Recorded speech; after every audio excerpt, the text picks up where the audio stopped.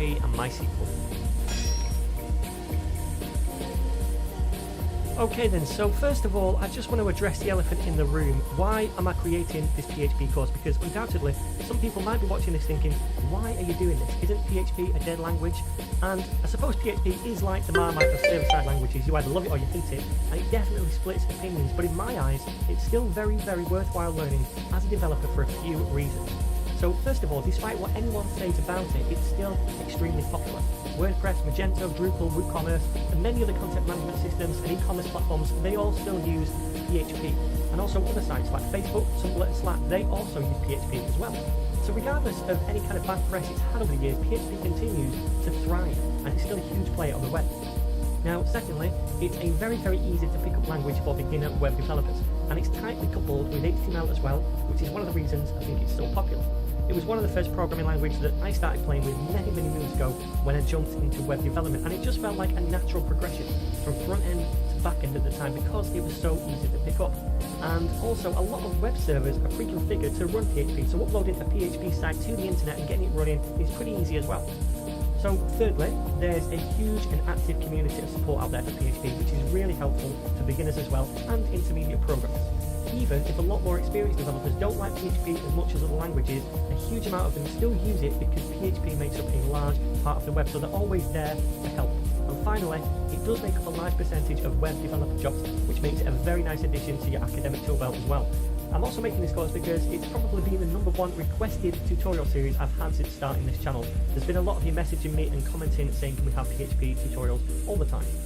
So that's the why out of the way. Now let's talk about what PHP is and what you'll learn from this course.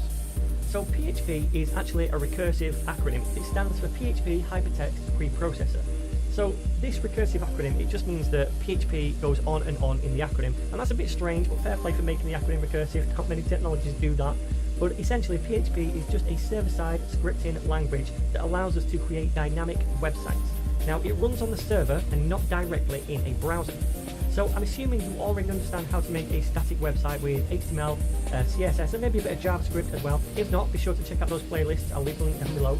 But anyway, when you create a static HTML website with some CSS and JavaScript, all of that HTML, all of that CSS and JavaScript, all of that code you write runs inside a web browser right here. Now PHP doesn't do that. It runs on a server over here. So for example, we could visit a website URL in the browser, and when we hit enter, that sends a request to whatever server is hosting that website. And it's here on the server that the PHP code will run.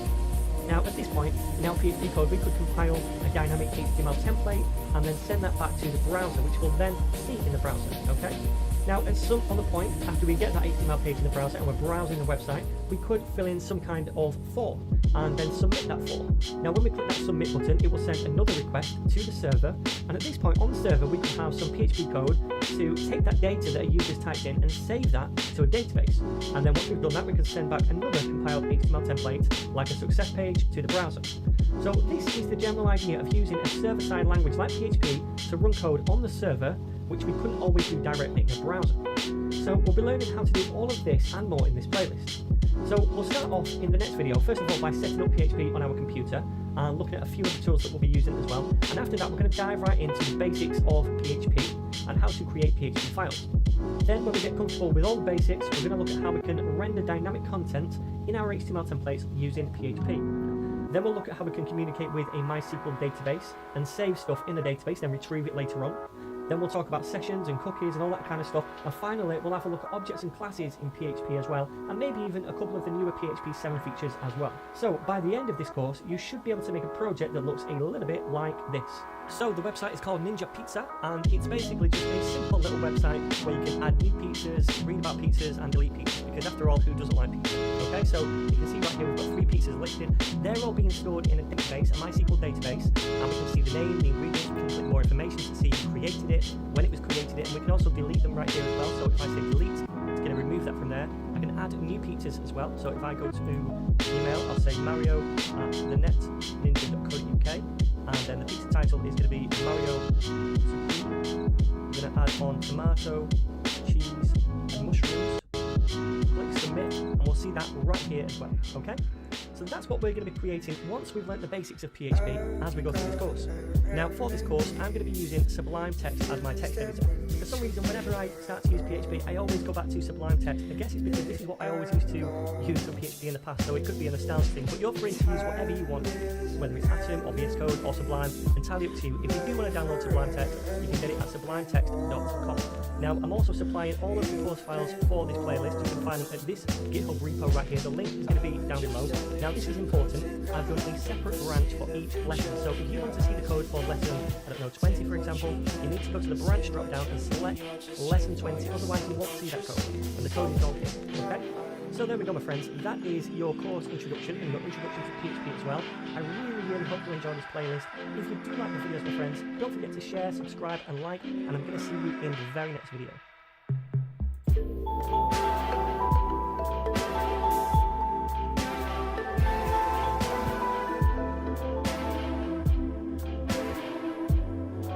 Alright then, my friends, so the first step is to install PHP onto our computer so we can start to play around with it locally, okay? So we need to install PHP, but we also need to install a database, MySQL too, because later on in the course, we're going to be storing data in this MySQL database.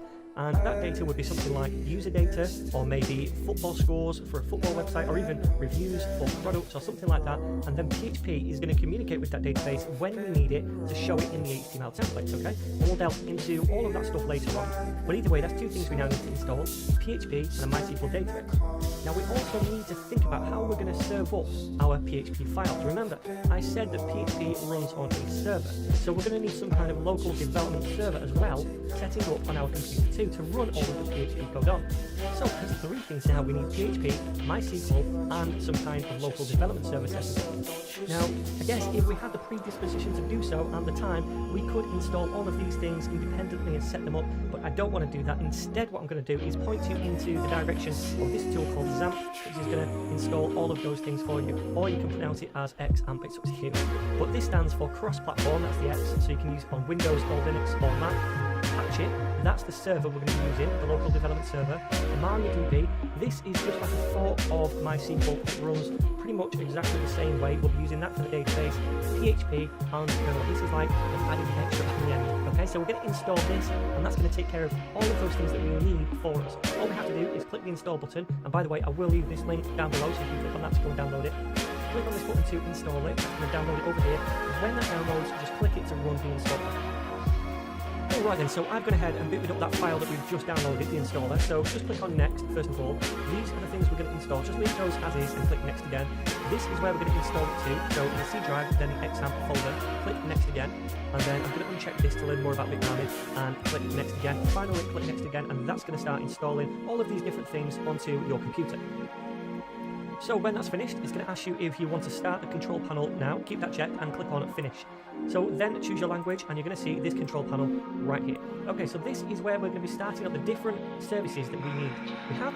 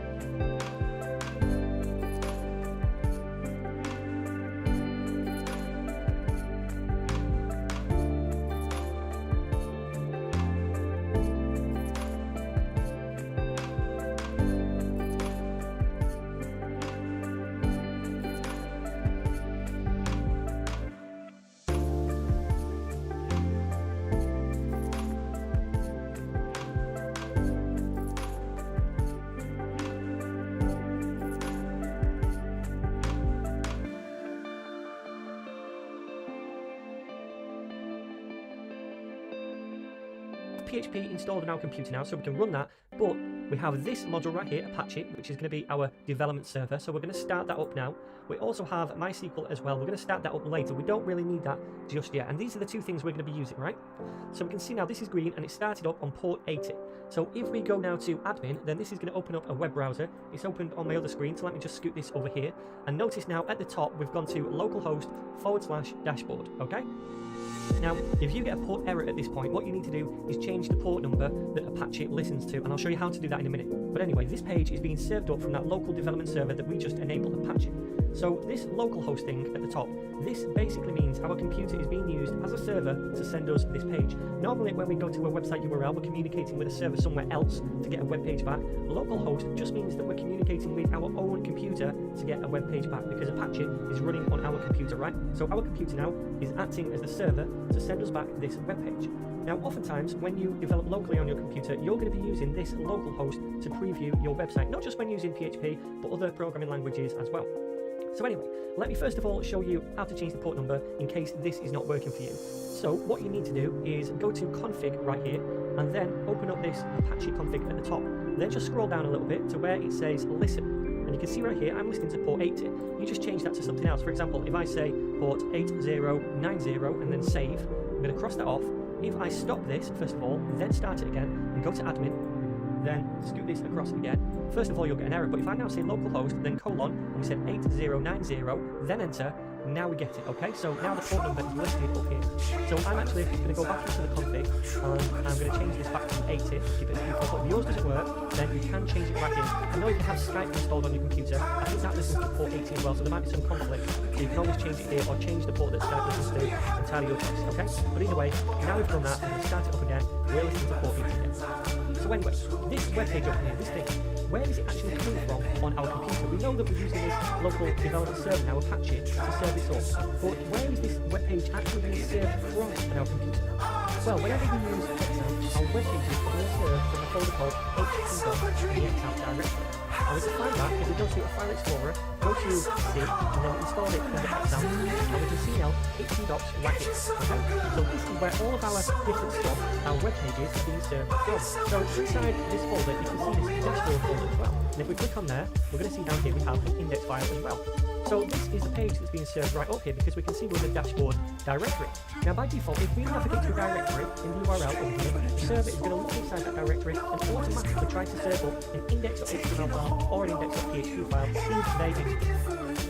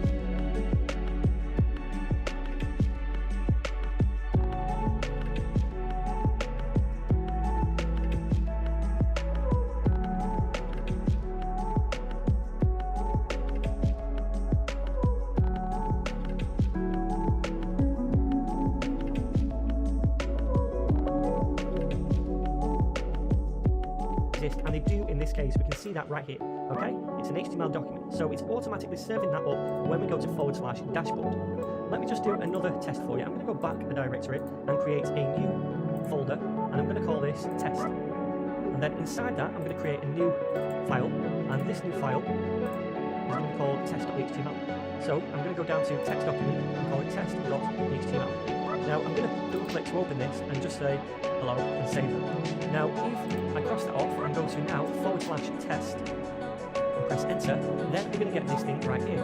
Now we see this text thing on the end of this. That's actually because this is a text file. So what I'm going to do is delete this, and I'm going to go to new again, and I'm going to create another text file. This time I'm going to double click and I'm going to say hello, and I'm going to say file, save as, and then go to all files instead of text document, and I'm going to save it as index.html this time, and this should work. So save that, and if we hit enter again, now we automatically see that index.html file because it's gone to this directory right here. It's automatically serving up that index file because it can find it. Okay, so if we go to just localhost without the /dashboard, if we click enter, then we still get this page, and we can see it's changed to dashboard up here. So what's happening there? Well, that's because when it goes to / without the dashboard, it's looking in here and it finds this index file right here. Okay. Now what I'm going to do is just open that file up inside Sublime. So open file, and I'm going to go to Windows, then XAMPP, and then into htdocs, and then I'm going to open up this file right here. So this here is some PHP code that is running. So when we go to just localhost without /dashboard, it's finding this index.php file and it's running that on the server. And it runs this code. Now, don't worry too much about what this code looks like or what it's doing, but essentially, this line here is redirecting us to /dashboard, which is why we then get directed to /dashboard and we get that index file inside the dashboard instead, okay? So anyway, I know maybe a lot of this stuff maybe didn't make sense, but now what we have is we have the Apache server installed on our computer, so we can now run PHP files on our computer using this server and serve up files to the browser as well. So now we've got all that stuff sorted, in the next video we're going to create our very first PHP file and run that on our computer. Alright then gang, so now we know how PHP files are being run on the server and how we're serving up these pages to the browser using the local development server. What I'd like to do now is create a folder inside htdocs where we're going to contain all of our different course files for this project or this series. So I'm going to go into XAMPP, then into htdocs, and I'm going to create a new folder, and I'm going to call this folder tuts, tutorials, right? So now, every time we create some code, I'm going to place it inside this tuts folder, and when we preview this in a browser, we're going to go to /tuts over here, okay? So then now we have that folder set up, let's go to Sublime Editor, and I've opened this folder already inside Sublime as well, and what I'm going to do is create our first PHP file. So I'm going to right click, go to new file, and I'm going to Control S to save this. I'm already in the tuts folder, so I'm just going to call this index.php. So our PHP files are going to have this .php extension. Now, if we want to start to write PHP code inside here, it's not enough to call this .php. We also have to embed our PHP code inside PHP tags. A bit like when you create HTML, you create HTML tags. We have PHP tags for PHP code as well. So to do that, you do an open bracket, question mark, PHP, and then when we come to close the PHP tag, it's question mark, close bracket. Now in Sublime, there's a shortcut, I can just type PHP and then tab, and then it does it for me. So now, what we could do is write some PHP code inside this tag right here. Now we could keep it all on one line, and we could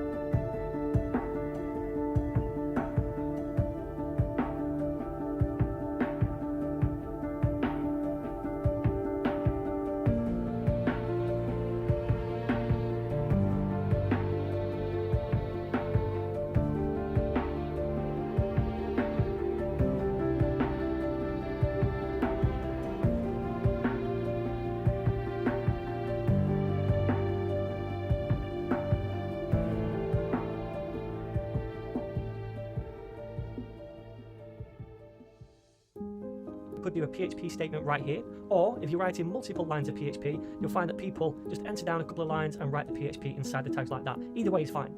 So what I'm going to do now is show you a very simple PHP statement. So I'm going to use a statement called echo, and then I'm going to say a string after the echo statement. Now a string is just like a sentence or a collection of letters and numbers and symbols inside quotation marks, and we'll learn more about strings later on. So I'm just going to say something like hello, oops, if I can spell it correctly, that is hello ninjas, okay? Now, important, at the end of every PHP statement, you need to do a semicolon. If you don't add that on, then it's going to error, and I'll show you that in a second. Okay, so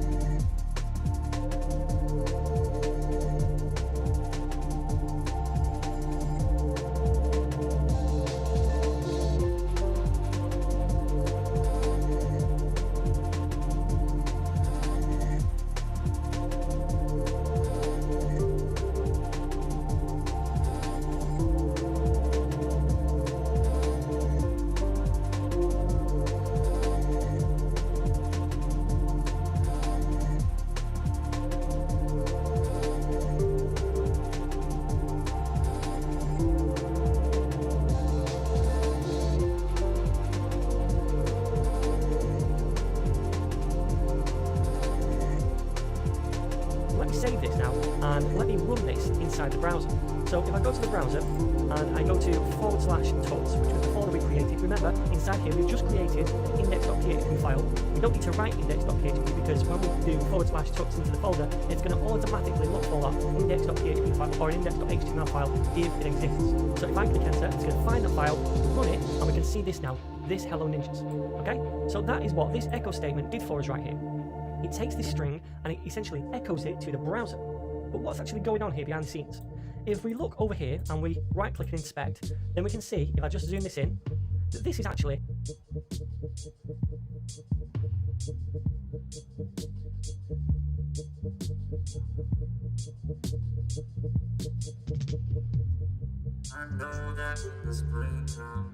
an HTML page, right? Now, we requested a PHP page, it was index.php, and we're getting an HTML page back, and Hello Ninjas is being output into the body. So what's going on? Well, what's happening is we're requesting the index.php page. That is going to the server, finding that page, and it's running the code inside the PHP. Okay, so inside here. So it's running that, and that is outputting a string. Now, it takes that string, this thing right here, Hello Ninjas, and it sends it to the browser. And when it reaches the browser interprets that string as HTML, and it puts it inside this HTML document because a browser can't actually run a PHP file. It knows HTML. So it's rendering whatever is returned from the PHP inside an HTML document, okay? So that's what's going on right there. Now, I want to show you what happens if we don't add on this semicolon. If we don't do that, and we try to run this again by refreshing, it still works, but if we then try to echo something else after it, hello again, then this is not going to work. So refresh that, and now we get a parse error, syntax error, unexpected echo.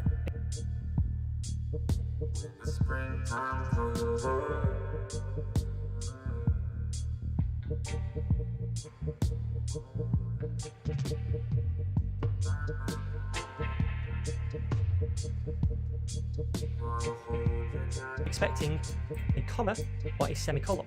So we have to add on our semicolons at the end to say, look, this is the end of this particular statement. Then it can go on to the next one, and this will work. So if I save this now and refresh in the browser, then we see this again, okay? Cool.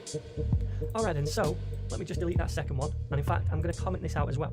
Now the second thing I wanted to talk about is how to actually embed this PHP stuff inside HTML code. So what I could do is I could type my HTML tags, I'm going to press tab, and that's going to create this little boilerplate for me. I could create this HTML template inside this PHP file. And inside this HTML template, I could do some PHP tags. So for example, I could, first of all, let's give this a title. I'll just say my first PHP file. And then below that in the body, I'm going to do an H1. Now inside that H1, I could say hello ninjas, but instead I'm going to use PHP to echo this, okay? So if I do PHP tab to create the tags, and then say echo, and the string I want to echo, which is hello ninjas, okay.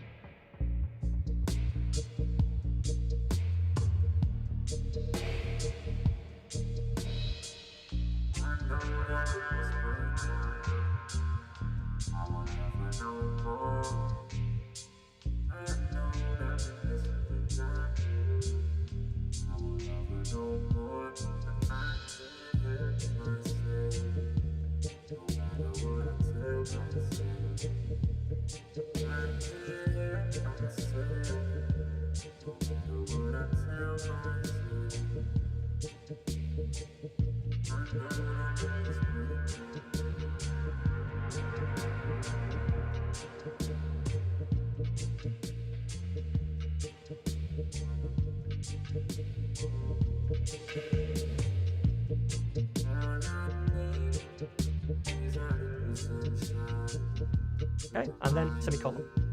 Now what's going to happen here? We're going to request this file in the browser. It's going to go to the server and it's going to run this PHP file. Wherever it sees any PHP like this, it's going to process that PHP, and this is going to result in just this Hello Ninjas text being output in this position. So it would be the same as this. That's what it would result in, okay? So we're running that PHP, it's resulting in that text being embedded between these H1 tags, and then it's taking the resulting HTML and it's sending that to the browser. The browser receives that, interprets it as an HTML file, and renders this, the resulting HTML template, to the DOM. So if we save this now and preview this again, refresh, then we can see that right here, and it's bigger because it's inside an H1 now. So that's really cool. That's how we can easily embed our PHP inside our HTML templates. So this is another reason PHP has been so popular over the years, the fact that we can easily mix our HTML and PHP together to return this dynamic HTML template to the browser. Now this might seem pointless at the minute because we could have easily just hard-coded hello ninjas instead of the PHP tags and it would have given us the same results. But imagine if the stuff that we're outputting here inside the PHP tags, it wasn't just hard-coded strings, but instead it could be dynamic data such as user information on the user dashboard, or maybe product information from a database. That's ultimately the goal here, to output dynamic content to the HTML templates and perform some kind of manipulation of them, okay?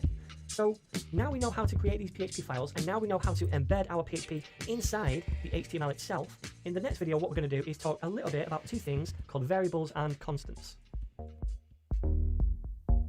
Alright then gang, so the first thing I'd like to talk about in PHP is the idea of variables. Now variables are used to store bits of information or values or data which we can then recall and use later on in the program. For example, I could have a variable to store a user's email address, and then I could call upon that variable later on if I want to output it to the screen, okay? So how do we create these variables? Well, first of all, we say $, that says to PHP, look, I'm going to create a variable. Then we give the variable a name. So if I wanted to store someone's age, I could call it age, for example. Or if I want to store their name, I could call it name. Now, there are some rules when giving these variables names, and they are very simple. First of all, the variables have to start with either a letter or an underscore. So an N or a P or an underscore or even a capital F. But they can't start with numbers and they can't start with special characters. So after the first letter, you can use a combination of any letter, uppercase or lower, underscores and numbers. But you can't ever use special characters like the outside. So this would be a valid variable name, something like that. Yeah, it's silly, and I wouldn't ever call a variable that name, but that would be valid, okay? Now, also, you might hear something called camel case variable naming. Now, that basically means that if you have a variable which has two words, for example, first name, it's formatted like this: first name, and the first letter of the second word is capital. This is camel case. Now, you don't have to name them this way. You can name them however you like. For example, you could choose to do an underscore to separate those instead. That's entirely up to you. But these are just some different conventions for naming variables. Anyway, I'm going to name mine simply name, and I'm going to set that equal to a string, which is Yoshi.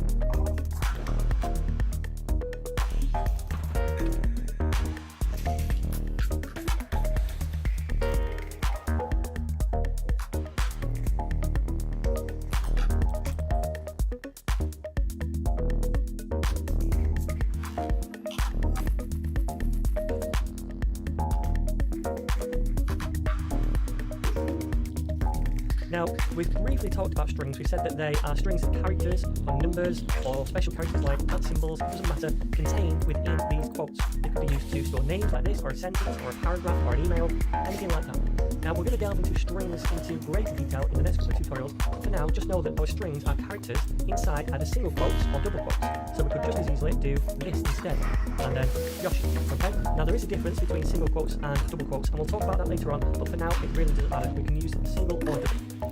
So anyway, we're storing this string now in this name variable. Now, if I wanted to access it, I could just say later on echo and then the variable, which is $name. Okay, so let's.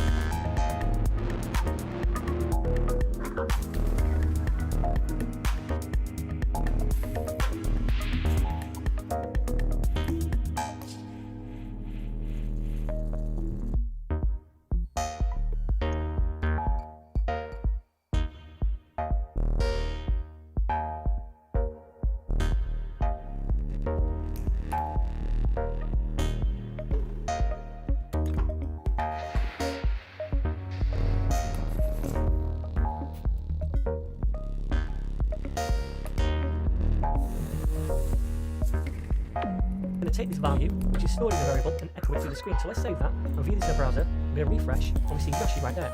We see it.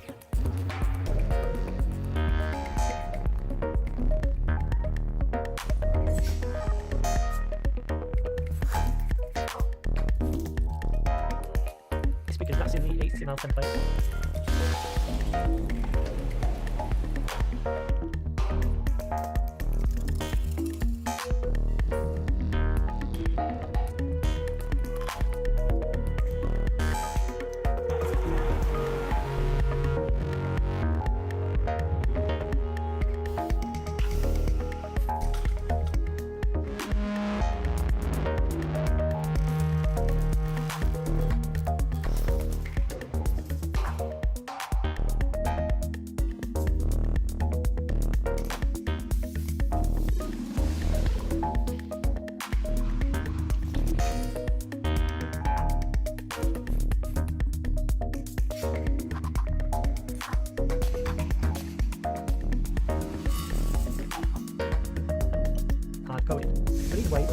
variable and we're echoing it to the screen. We can also output this variable inside the HTML template. So for example, if I come down here and do div, inside I could say PHP to be my PHP tags. They always have to do that in writing PHP, and we could echo the name right here instead. So if I save this and refresh, now we see the name down here in the HTML template. Pretty cool, right? Okay, so let's do a different variable.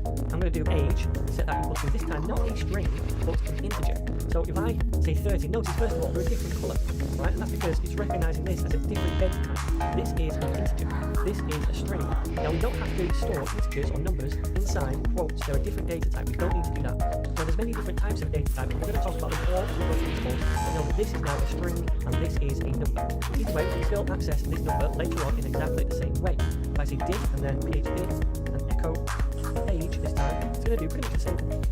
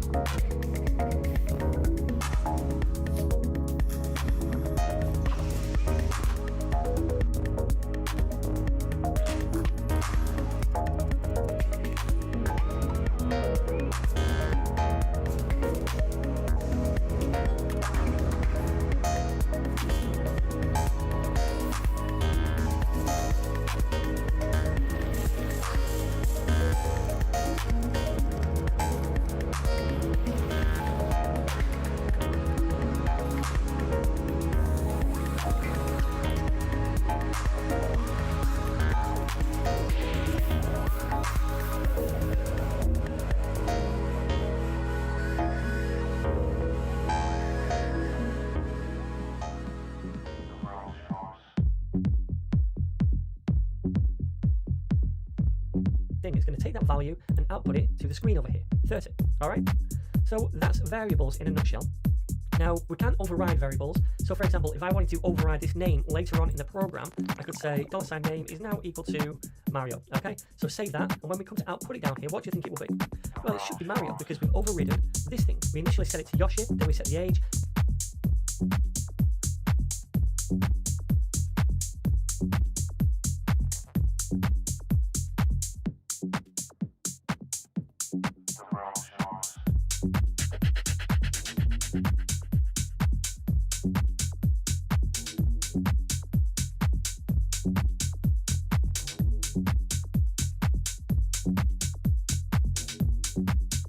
Then we're overriding the name again. By the time we get down here, because it runs from top to bottom, then the name is now Mario. Make sense? Okay, cool. Now I'm just going to comment a couple of things out. By the way, this is how we do comments in PHP. Just 2 little forward slashes. You can also use a pound sign that comments it out as well, but I tend to use a forward slash. I'm going to comment out this stuff as well. And when something's commented out, it's not ran. Okay, so the PHP is still there for your kind of memory, if you like, your comments. But when the PHP file is run on the server, then obviously anything commented out, not run. Okay? So now I'd like to talk about constants, because we can override this, right? So it's not constant. Now, say you didn't want that to happen. Say you wanted to define some kind of variable and you wanted it to remain as that value indefinitely. You don't want it to be overridden. Well, in that case, you could define a different type of variable called a constant. And the way we do that is by using a function called define. Now, I know we've not talked about functions, but essentially we just use the define keyword, then parentheses to invoke this function, and we will talk about functions later on more, and then we set the variable name or the constant name, and it's common practice to do this in capitals, because then we know it's a constant later on when we use it, and then we set the value of that constant. So I'm going to set this to Yoshi, okay?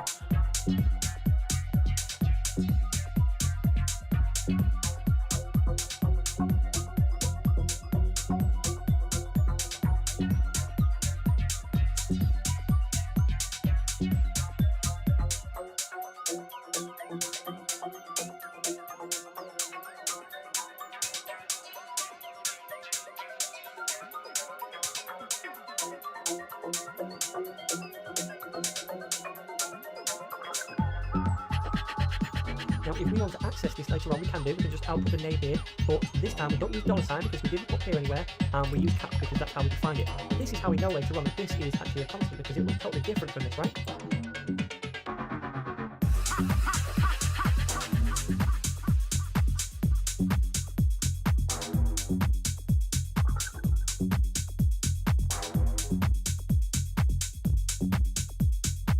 So now we should output Yoshi to the screen. If we refresh, see Yoshi.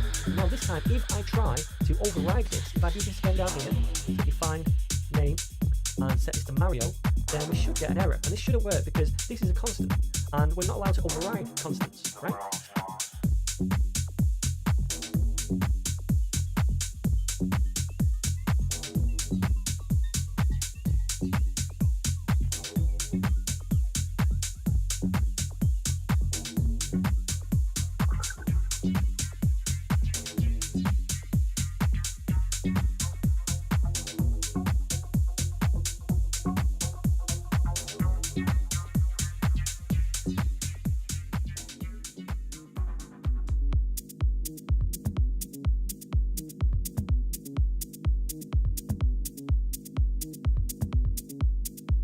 it's saying here that constant name is already defined. Now, even if we try to override it this way, and we say name equals Mario, something like that, then it's still not going to work. If we refresh, we can see we get a syntax error now, so that's not allowed. Okay, so that's how we create variables, how we store data in them, and that's also how we can create constants as well if we don't want them to be overridden. Alright then my friends, so now we've seen how to create variables, I want to talk about the first data type in PHP, and that is strings. So we've briefly seen strings already. I'm going to create one in a variable right here. I'm just going to call this variable string1, and I'll set it equal to my email is, and then a space.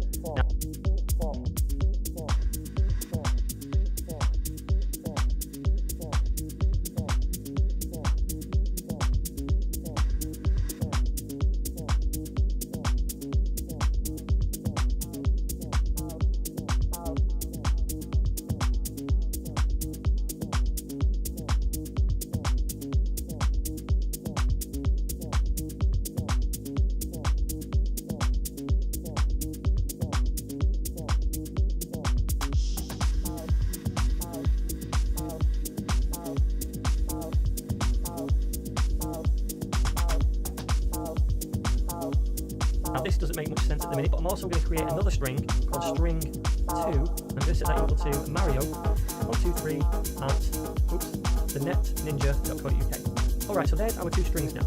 And like we've already discussed, strings are contained inside quotes, and they can be single quotes like this, or even double quotes, and we'll talk about the different shorts. Now we've already seen if we want to echo a string, we'll just say echo and then the variable name or the string itself, so string1 like so. I'm going to save that, we're going to see this echoed to the browser, right? My email is. So these strings can contain pretty much anything inside them, any kind of special characters like this, or numbers, it doesn't matter, it's just a string of characters, that's all a string is, okay? So we could use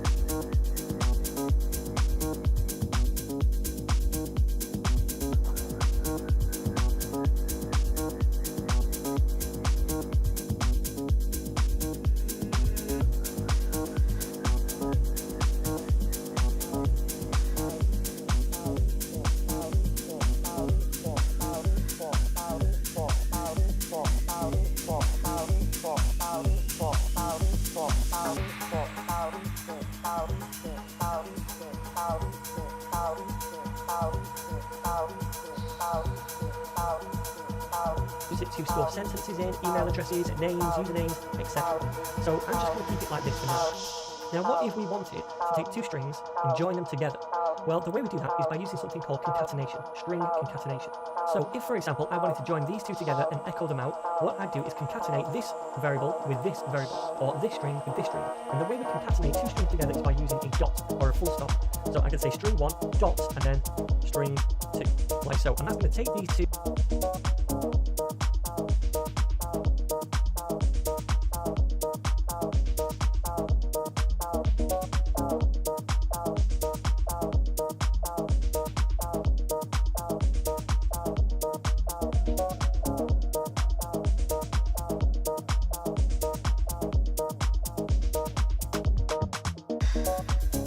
Different variables, these two strings, and join them together. So if I save that now and refresh, we can see my email is mario123@thenetninja.co.uk.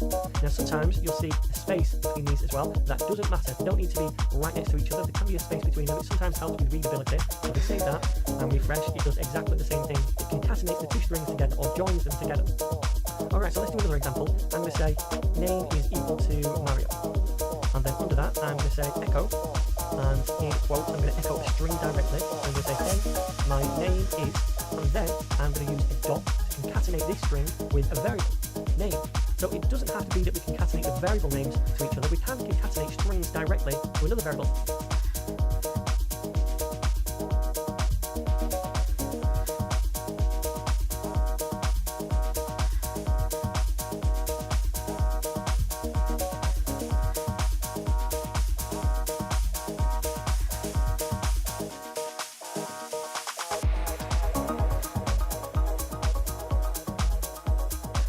Or even two strings, this could be another kind of string like this. So this will still work, let's save that and view it in the browser. So it says, hey, my name is Mario. Let's just comment out the other stuff because we don't need that for the time being. Save it again, refresh, it says, hey, my name is Mario. Let's join these two together, okay? Alright then, so let's comment that out as well, we don't need that anymore. So, I did say there was a difference between using strings with single quotes, as we have been doing, or double quotes. Now, the difference is, when we use double quotes, we can directly output variables inside them, instead of concatenating them. So I could, inside a double quote, say, hey, my name is, and then name like this. So I'm outputting the variable directly inside the string. And PHP is going to look at that and say, okay, I'm going to replace this thing here with the value of that name variable. So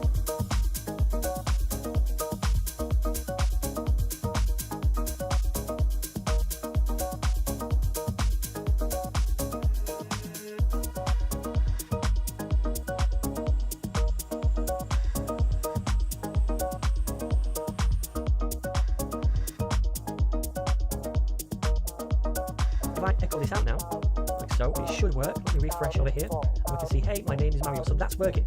This would not work if these were single quotes. It does not let us do that. So save this and refresh. And this time, we get the actual value inside the string, the exact value that we write. Okay, so if you want to use variable interpolation, which is what this is called when we're putting variables directly into the string, we use double quotes. If you don't want that, we can use single quotes. Okay? Alright, so let's comment this out and move on. The next thing I'd like to talk about is escaping characters inside strings. So say for example, I'm going to echo this, and in double quotes I'm going to say the ninja screamed, and then in quotes again, wah.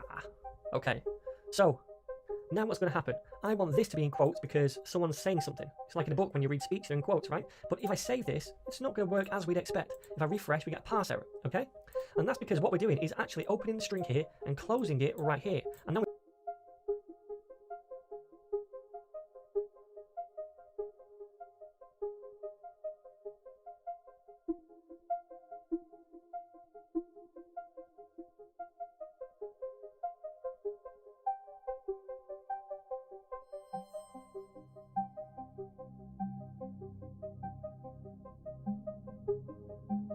we've just got a random wah after it, okay? So instead of doing this, we can escape the characters. So we can say, okay, we don't want this to actually close the string off. We don't want this to be the end of the string right here.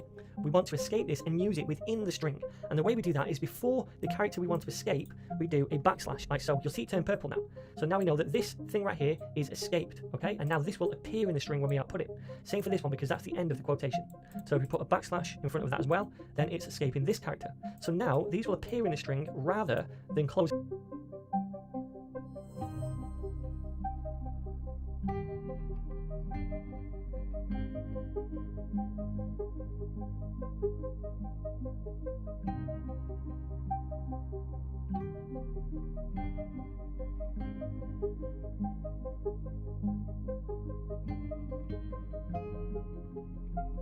The string off. So if we save that now, preview, this should work, and we get it. Sweet. Alright, an alternative to this would be to instead, for example, use single quotes and say the ninja screamed, and then use double quotes to put what you want to output in quotes.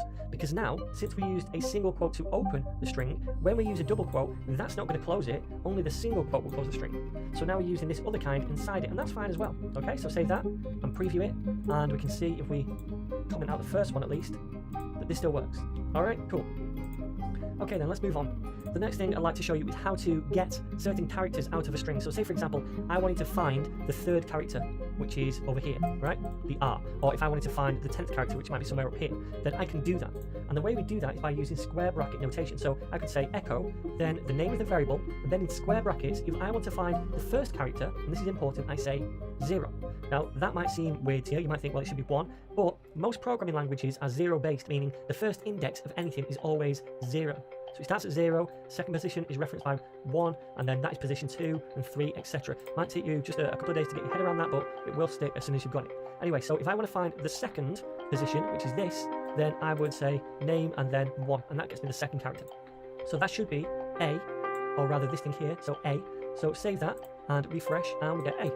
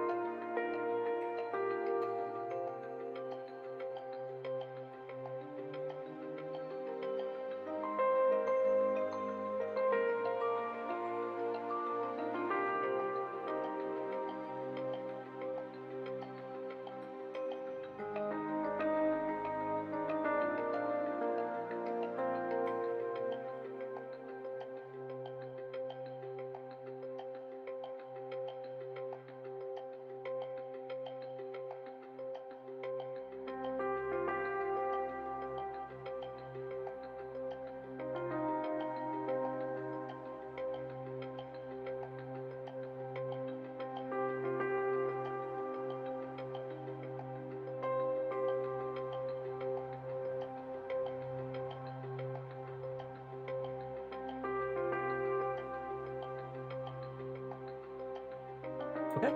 Cool, so that's how we get individual letters or characters out of a string. And if you've ever used JavaScript before, that's very similar. Okay then, so the next thing I'd like to show you is a few string functions. Now we've not seen functions properly yet, and we're going to talk much more about them later on, but essentially functions are like bits of code that do things for us. Now there's a lot of functions built into the PHP language that we can use out of the box, and we can invoke our user function by writing the function name and then adding parentheses or brackets at the end. Okay? So for example, I could use a function called strlen with brackets. That stands for string length, and it's going to find the length of a string for us. Now, a lot of functions take in arguments right here when we call them.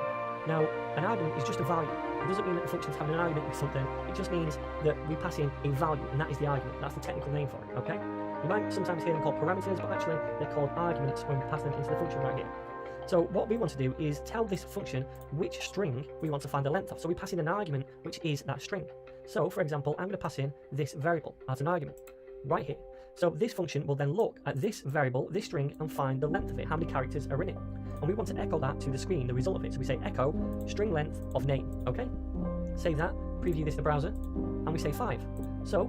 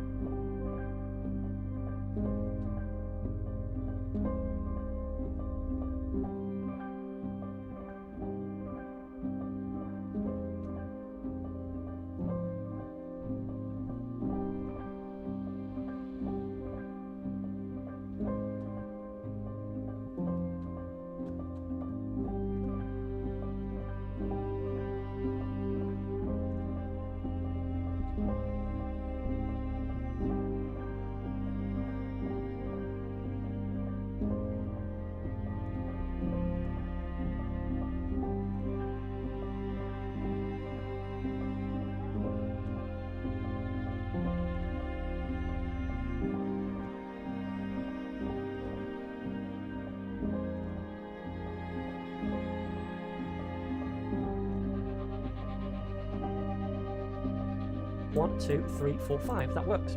Okay, so next I'll show you another function, and this is going to be echo and str to upper. So you can probably guess what this does. It takes a string and converts it to uppercase. So I'm going to pass in the name variable again and save and refresh. And we see Mario now.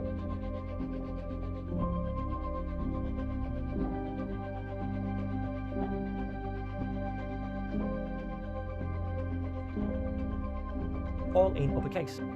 Alright, so let's do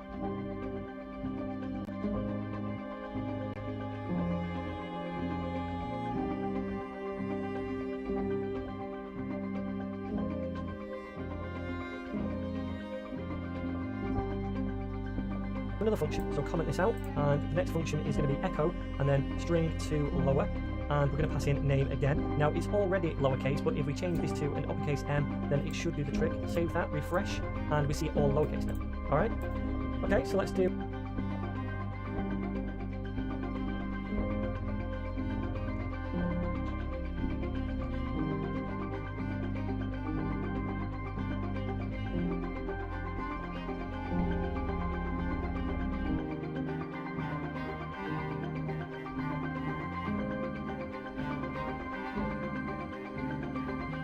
a couple more, or rather just one more. We'll say echo and then str underscore replace, and then what this does is replace certain things in a string for us. So say for example I wanted to replace every M with a W, then I'd use this function to do it.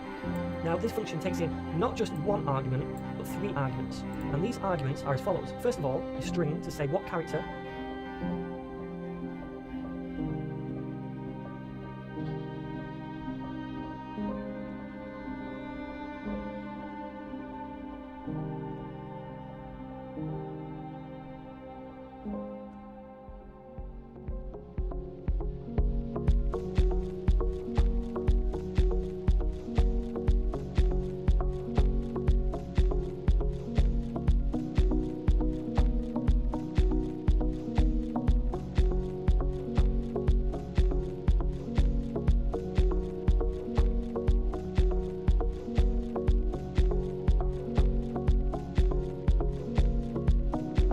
or what series of characters we want to replace. So in my example, I want to replace any m's, so I pass that in as the first parameter, or the first argument rather, then a comma, and then the second parameter, and this is what I want to replace it with, which is a w. So every time there's an m, I want to replace it with a w, and then finally, the third argument, which is going to be the string we do this on, which is name, like so.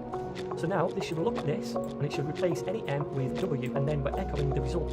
So if I save it now and refresh over here, we should see Wario. Okay, cool. So there we go, my friends. That is strings in a nutshell. They can be enclosed either in single or double quotes. We can concatenate strings, use variable interpolation in double quotes, and we can also escape characters and use functions on strings as well. Okay, so in the next video, I want to take a look at a different data type, and that is numbers. Alright then, so we've talked about one data type so far, which is strings. Now I want to talk about numbers in this tutorial, and that encompasses actually two data types. The first type is known as integers, and the second type is floats. Now the difference being that integers are whole numbers and floats contain decimals. So for example, I could have a variable called radius and set that equal to 25. That would be an integer, it's a whole number.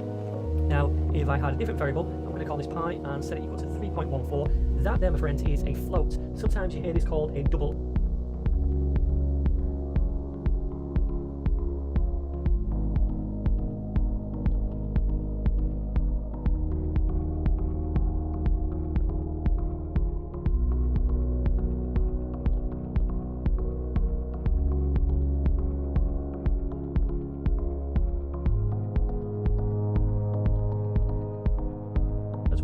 And it's just because it has a decimal point in it. Okay, so anything with a decimal point is a float, anything that's a whole number is an integer or an int. So they're two different data types in PHP.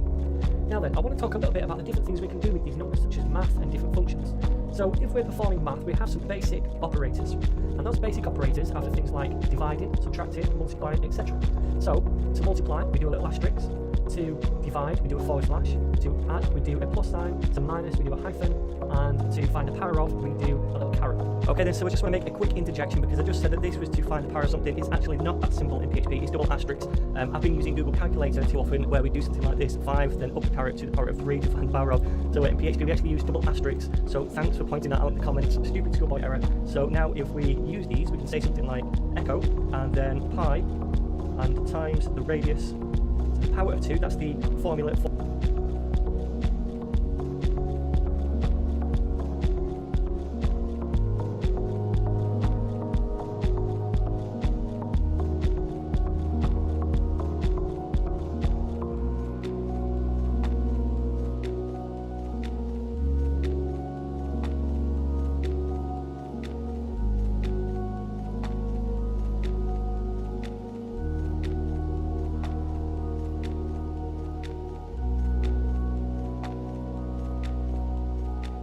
the area of a circle, right? And if we save this and echo this out, then we should see this in the browser 1962.5. Okay, so slight little error there. But anyway, on with the video.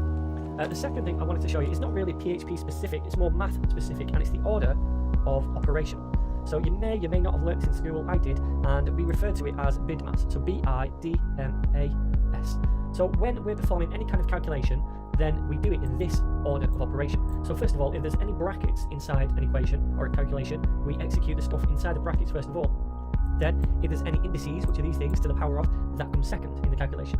Then, if there's any division, that comes third. Then any multiplication, fourth. Then addition, then subtraction. Okay? So let's do a little example here. If we say echo, and we're going to echo 2 times, and then in brackets, 4 plus 9, and then over 3. So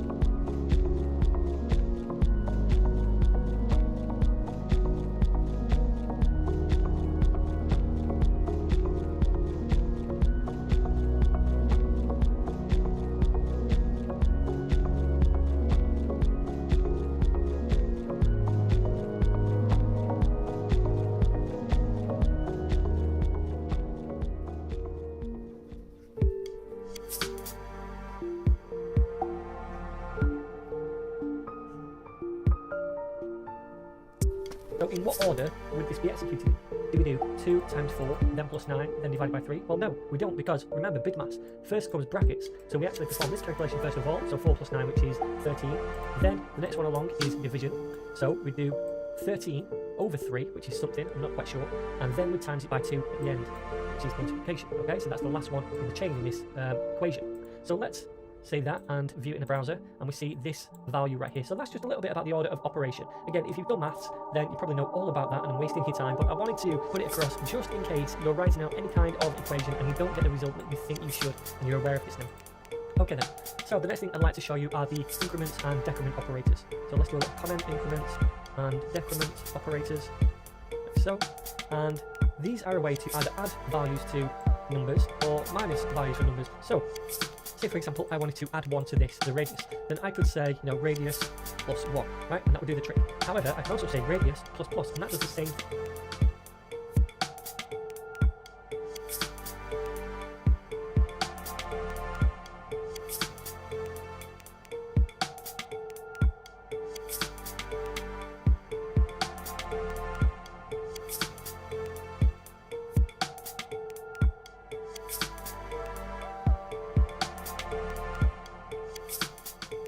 This here, this double plus, is an increment operator, and it just adds 1 to the radius. So if I echo this now, then it should be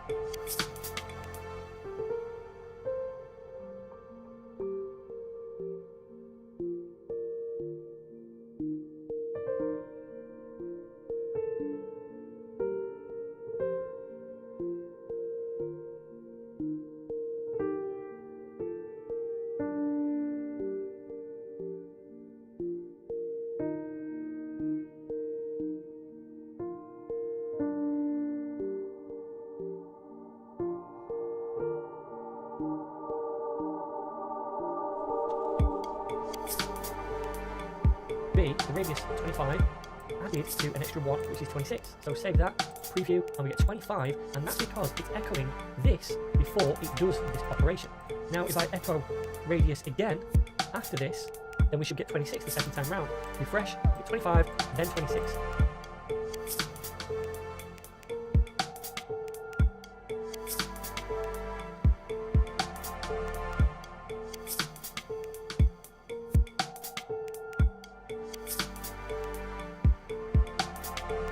And that's because now this has completed, okay? So we have the same for minus. I could change this to a minus instead, save that, we should get 25 then 24, which we do, okay? So that's increment and decrement operators. So just comment those things out. And now I'd like to show you some shorthand operators, okay? So much like we had this is kind of like a shorthand for minus and 1. We have shorthands for other things as well. Now the first thing I'm going to do is make a new variable. I'm going to call this age and set it equal to 20. Now say I want to add 10 to the age. Well, I could do this. I could say age is equal to age plus 10, right? And that would update the age. But there's a shorthand for this. I could say age plus equals 10, and that's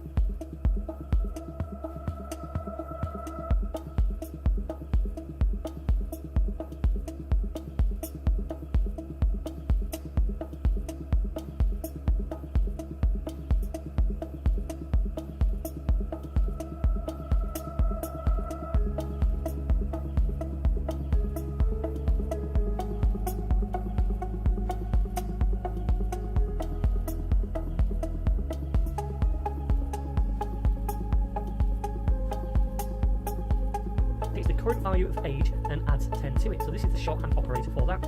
So if I now echo the age,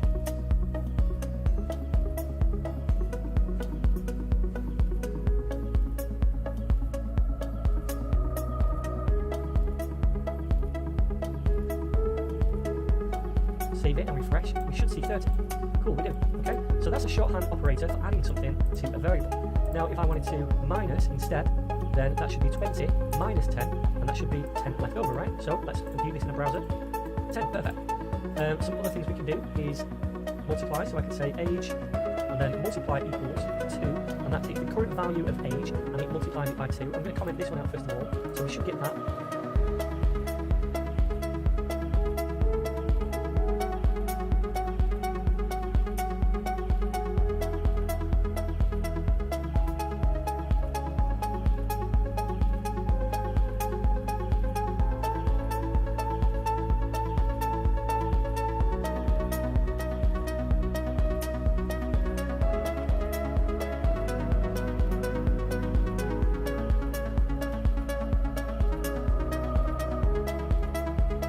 By 2, and it should be 40, right? So save that, and preview, and we get 40. And again, this is just the same age is now equal to age times 2. So we're updating, we're overriding the variable, right? It's exactly the same thing.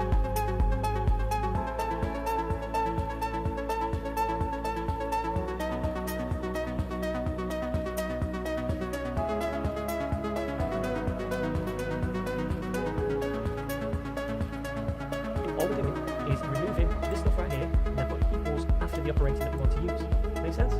Cool. Alright, so there's some shorthand operators that we can use. Let's just comment these things out. And finally, what I'd like to do is show you some different functions that we can use with numbers as well. And by the way, I know I'm kind of speeding through this a little bit, but this is the very basics, and we are going to be repeating these a lot as we go through the course and using them in different ways. So this is just to give you the foundation, if you like, okay? So don't worry if you're not picking up absolutely everything or remembering everything. That's not the goal here. It's just to show you how these different things work. So anyway, number functions. Now the first thing I'd like to do is a function called floor, and we'll pass in a variable, pi, which we defined up here, remember. So what this floor function does is take in a number or a float and it floors that to the nearest integer. So for example, this would be floored to 3 because it's 3.14. If it was 7.14, it would be floored to 7. Oh.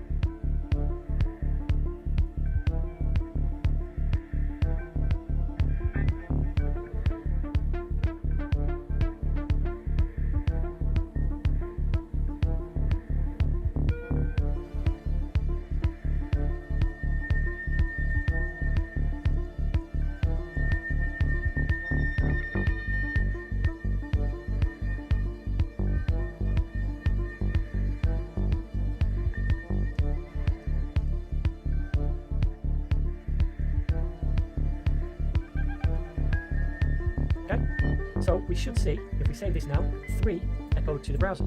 So let's try that. Save and preview, and we see 3. Cool. Alright, then the next one I'm going to show you is a function called ceil, and that does exactly the opposite. So echo, then C-E-I-L, short for ceiling, and then we'll do pi again. And what that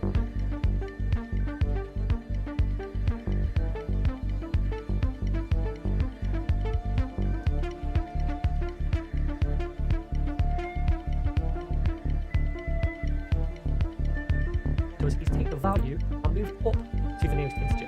So that will become 4, right? It takes it to the ceiling. So let's save this again, preview in the browser, and now we see 4. Awesome. Okay, so one more function I want to show you, and this function doesn't actually take a parameter. All it does is return a number to us. So I can say echo pi, which is a function, and that actually gets us the value for pi. So not this small value which we created ourselves, it's actually built into the language, and this function returns us that value. So if I save it now, we should see a longer version of pi right there. Okay? Awesome.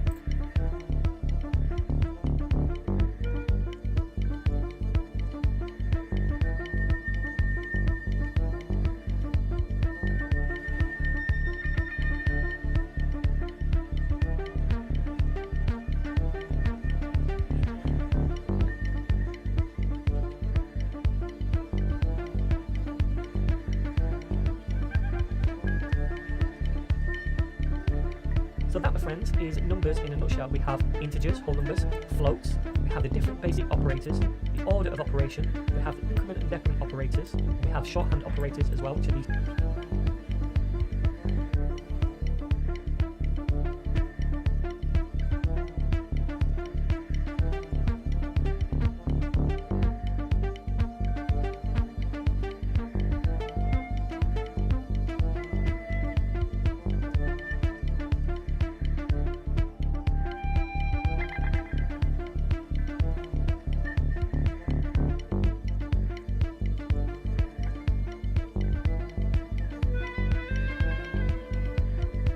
We also have several functions, not just these ones by the way, loads of different functions that we can use on numbers, and again we are going to be using different functions for these and strings as well as we go through the rest of this course. So hopefully that gives you a good grounding now in numbers and strings.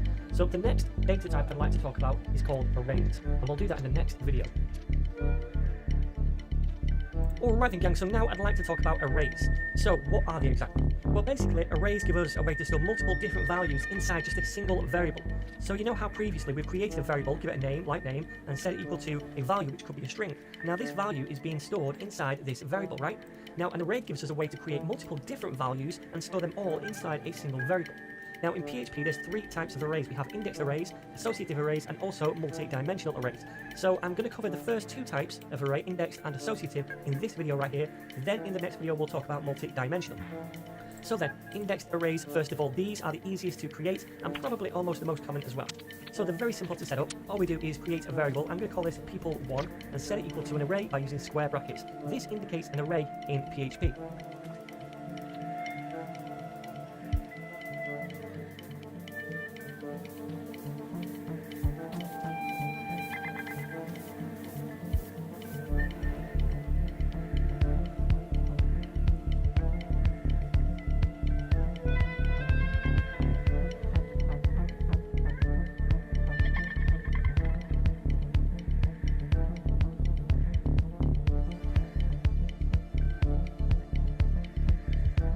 So now all we have to do is place our values inside these square brackets. So if we're doing an array of strings, we could just do our first string first of all. I'm going to say Sean is the first person. Then we comma separate the values. The second string could be Crystal, comma again. And the third string is going to be Ryan. Okay? So now we have an array here which is storing 3 different strings all inside this one variable. Now, say at some point we wanted to access one of these different values inside this array. How do we do that? Well, we do that using the index, and that's why these are called index arrays. So you know, like when we talked about strings,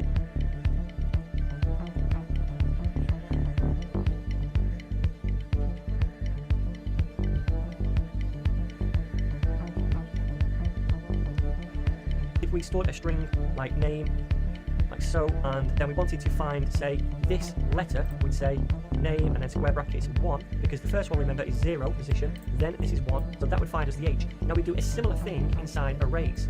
So instead of this being a string, this is just now an array, and this is position 0, this is position 1, this is 2, and so forth. Okay, so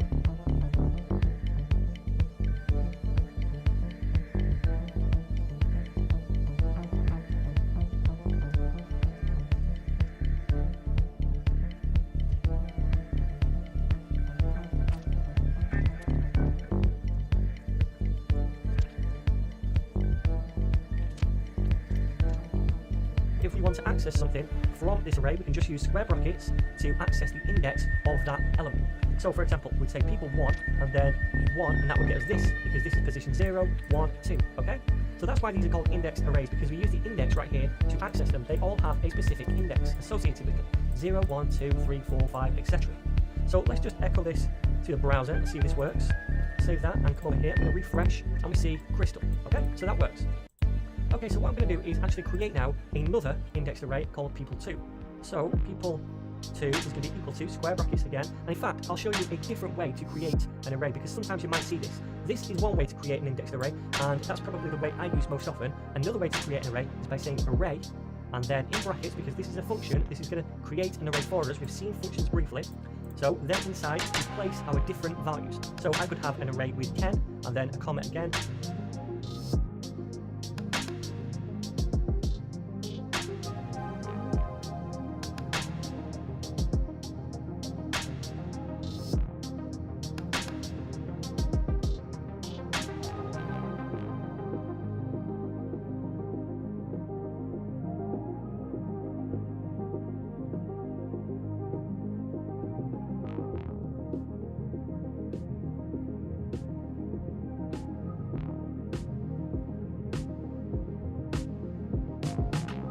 And then the second person will be Sean-Lee. So this is an alternative way to create an array.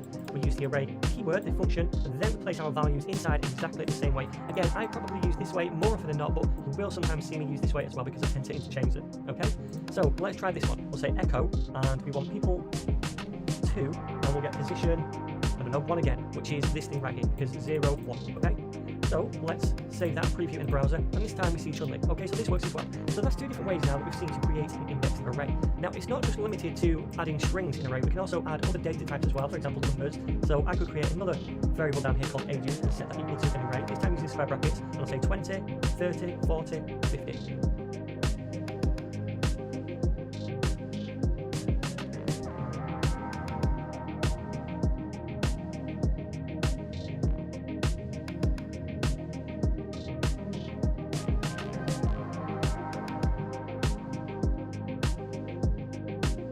And now we have an array of numbers. Now, I want to show you a different way to print out the values of these arrays, because so far we've just been echoing out these single elements inside the array. What if we wanted to echo the whole array? Well, let me just try this. Echo ages. Save this and preview over here. And notice array to string conversion on line 12 array. So it's basically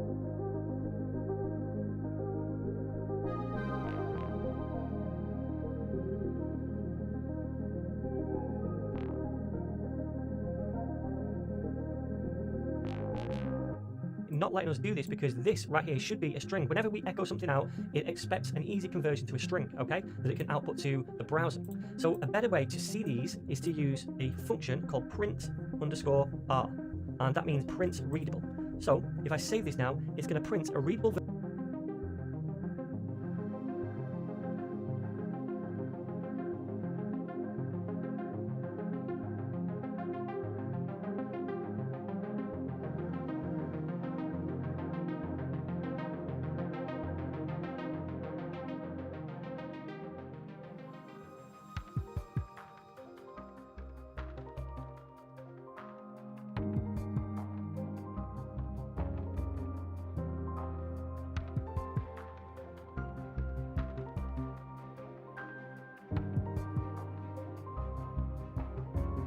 version of this array onto the page over here. So if I refresh, now we can see we have an array.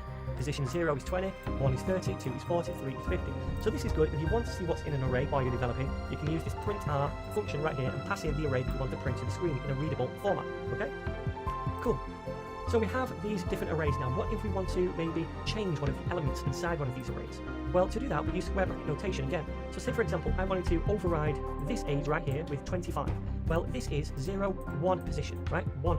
So we say ages, and then 1, and then we set that equal to a new value. So I could say ages 1 is now equal to 25. And now if we print r and then pass in ages, this is going to update and show us that 25 is going to be in position 1 this time.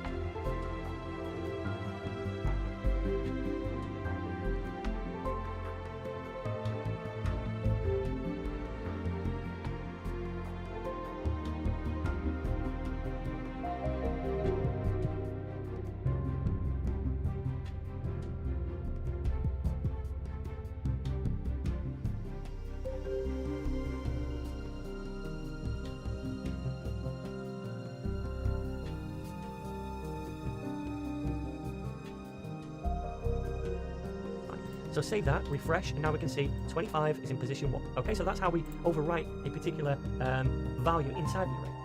But what if we want to add a new value to the array? Well, all we need to do, I'm going to comment this out, is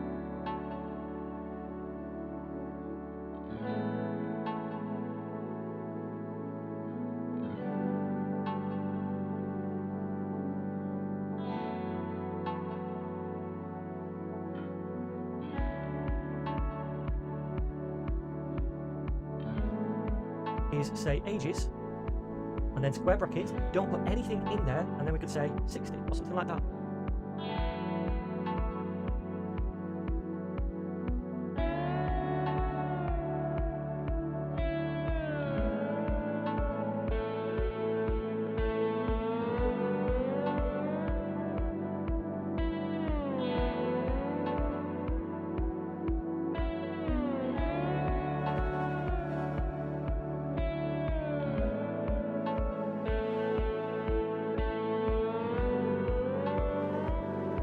And now what's going to happen is it's going to say, okay, well, you've not passed in an index into this array that you want to overwrite. So what I'm going to do is just add a new element onto the end, which is going to be 60 now. So again, if we just print this to the browser, we should see that. So save, refresh, and now we see 60 on the end. Cool. All right.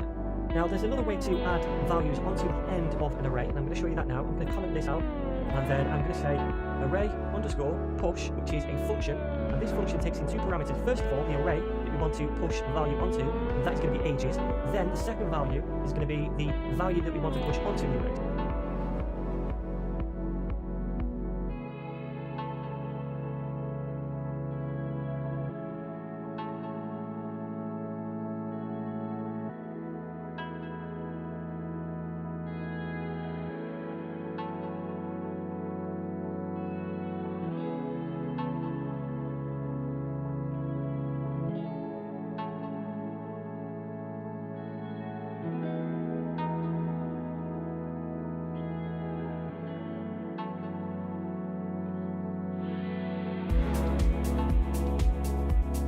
So I'm just going to say 70. So I'm saying here, look, I want to use this array push method to add on a new element or a new value to the array at the end. And this is the array I want to add something to, and this is the value I want to add. So if I save this, refresh over here, then we don't see anything because we're not printing it out. So let's make sure we do that. Save it and refresh. Now we see this value added onto the end as well. So that's two different ways we can add extra values onto an array. Now I want to show you one more thing when it comes to indexed arrays, and that is going to be how to count the different elements inside it. So say I want to know the length of this thing right here, or the length of this thing. Then we use a method called count to do that. So I'm going to echo the result of this in the browser. So echo count, and then we're going to pass it to the age of the ages array. And this should be now 1, 2, 3, 4, 5, 6, because we added these two on. Okay, so we should see 6 in the array.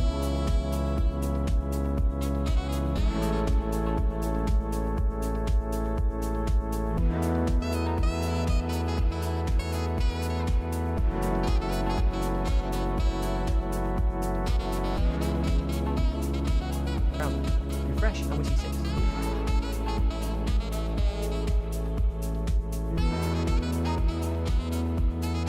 So that's how we count arrays and add new items onto the arrays, override them and create them. And this is all one type of array, indexed arrays, meaning we use the index of the element to access them or override them, etc.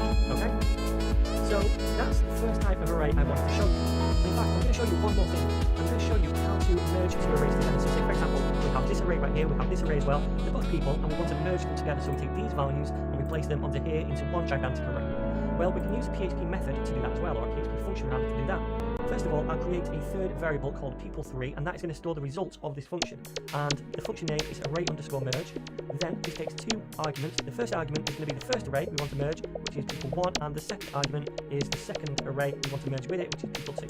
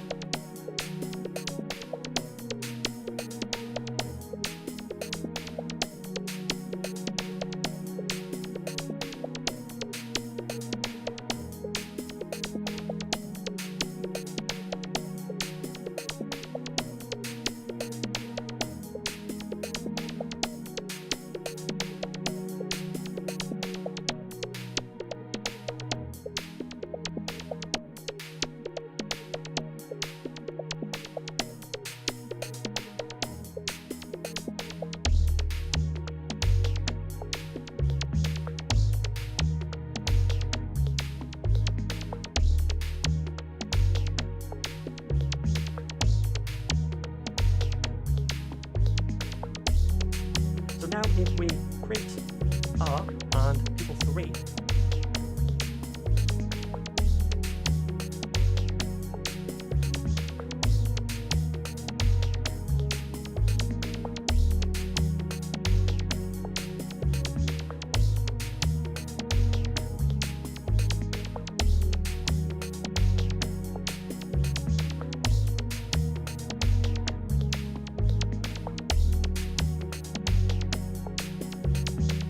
should see that merged array. So save that, view in a browser, and now you can see the merged array right there with every name in it. Cool. Okay then, so that's indexed arrays. Now I'd like to move on to associative arrays, and these are slightly different, but not overly different. So associative arrays are key value pairs. So whereas in an indexed array we use the index like this to access the different elements inside the array, this time when we're creating associative arrays, we'd use keys instead of indexes, okay? And we'd specify those keys when we create the arrays.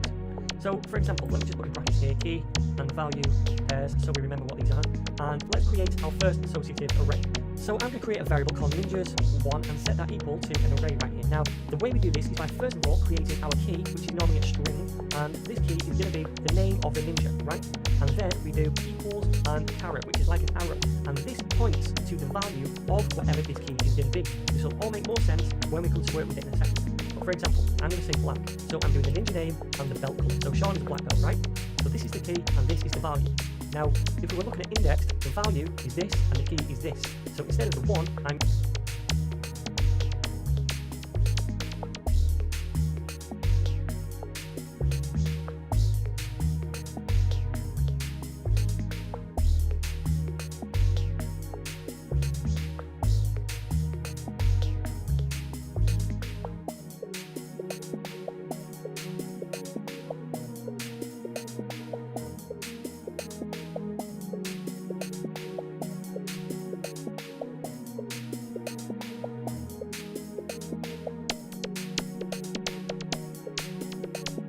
using now the string Sean, and if we want to access this later on, we're going to use this key to access the value. I hope that makes sense.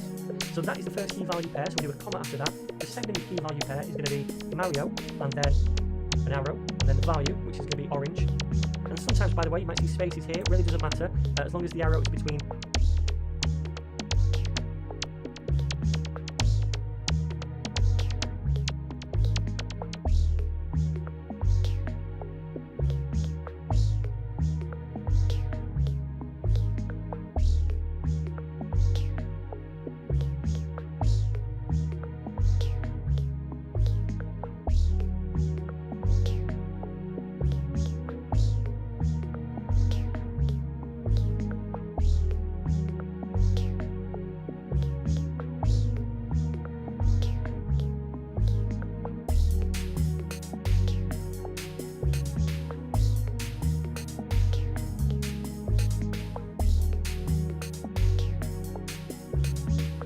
the key and the value. So, comma, and the third one I'm going to do is Luigi. That's the third key, and then an arrow, and the value is going to be brown. Okay, so that is our first now associative array. Okay then, so say now I want to print out this value or echo out this value to the browser. So the way I'd access this value is by saying, first of all, echo, then the variable which is ninjas1, then in square brackets we use the key which is Mario. Okay, so inside the string we can't just say Mario like this, it has to be inside the string, inside quotations, Mario, okay? So that will get us this value which is associated to that key. So let's save that, we should see orange on the screen, and we do, cool. Okay then, so again,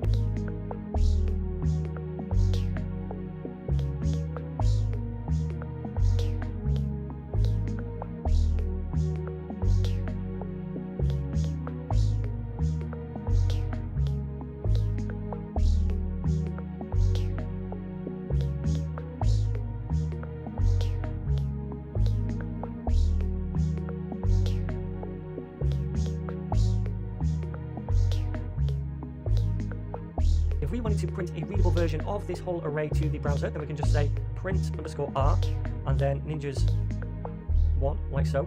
Save that and preview in a browser, and we see the whole thing. So now we can see the key here and the value, the key, the value, etc. So these were before 0 value, 1 value, 2 value. This time we have keys instead of numbers, okay? Cool. So let me make a second associative array. I'm going to call this ninjas2 and set this equal to, this time, the other way of creating arrays, which is the array function, and we do it exactly the same way inside. So the key first of all, then the arrow, and then the value. So Bowser is going to be green, a green bell. And then we'll do Peach, and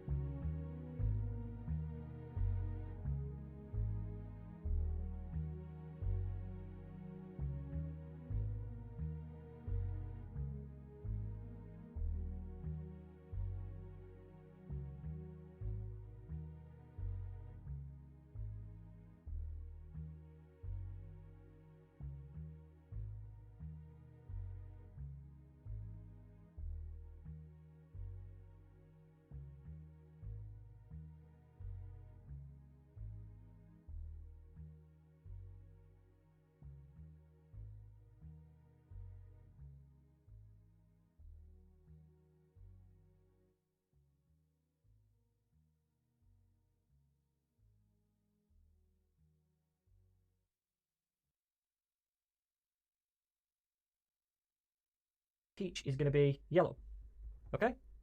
So that's our second associative array. Now, if we want to print this, we can do it exactly the same way. Print R, and we'll pass in ninjas2, like so. Save it and preview in a browser. And now we can see this one as well. So we have Bowser, which is green, and Peach, which is yellow. Okay, cool. So let's comment those out for now. And down here. And if we wanted to add a new value to one of these things, then we can do that by just adding in the new key. For example, I could say ninjas2.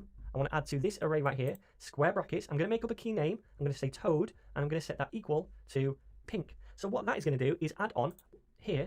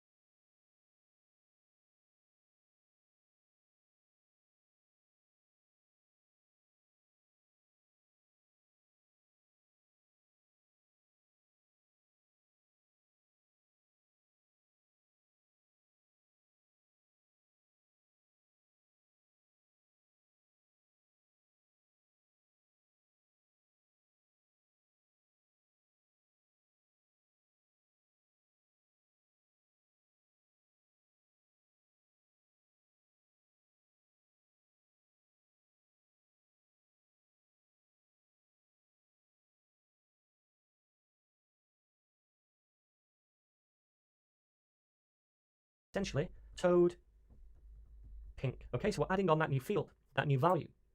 So let's get rid of that and let's print this out now. So print underscore R and ninjas 2, save it and a refresh over here. And now we can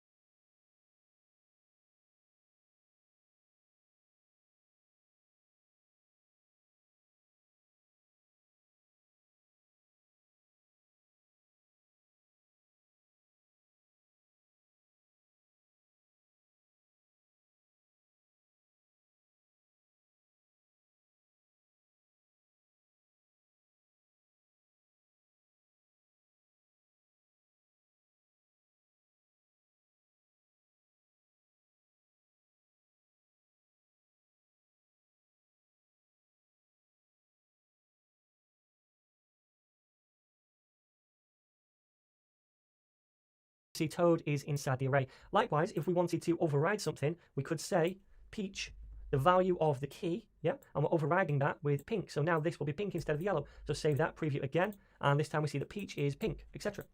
Okay, cool.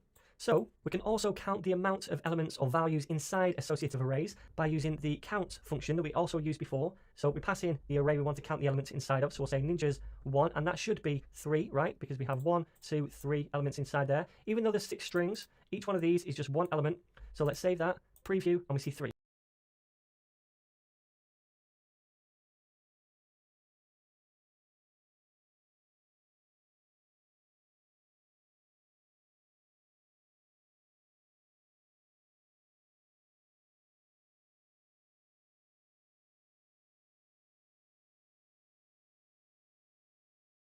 Cool. Okay, so we can also merge these associative arrays, much like we did this thing up here. I'm going to just copy that, and I'm going to paste it down here. And this time I'm going to say ninjas 3 is equal to array merge, that's the function name, and it's going to be equal to ninjas .